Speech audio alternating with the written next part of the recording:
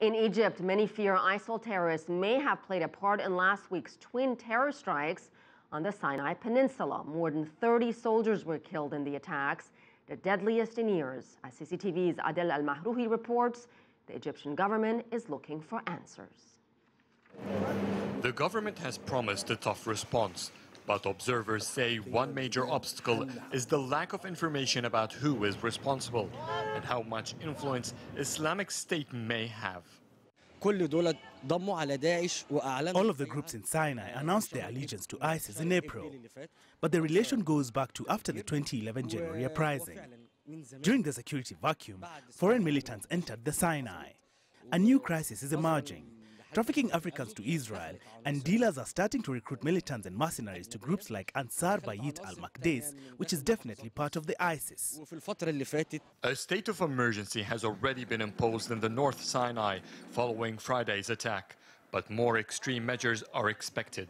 The terrorists are using the tunnels, and they are.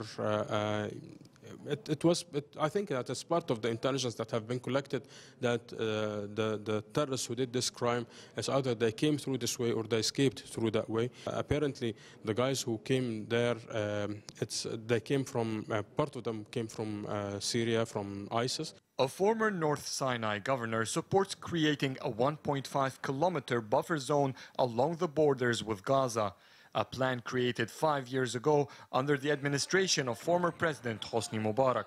The second option is removing residents to enable the army to use more brutal tactics against any militants left behind.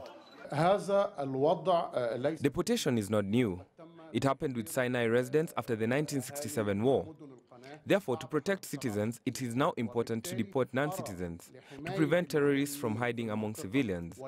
According to the recent census, there are around 20,000 residents, so this can easily be done in a few days and pay them compensation for it. Critics, though, doubt these measures will work.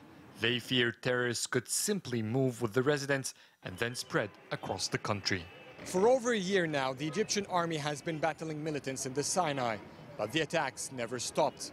Many are calling the government to equip Egyptian troops with more advanced gear and training. And while the government has not yet settled on its plan, Sinai remains under a lockdown. Adel, CCTV, Cairo.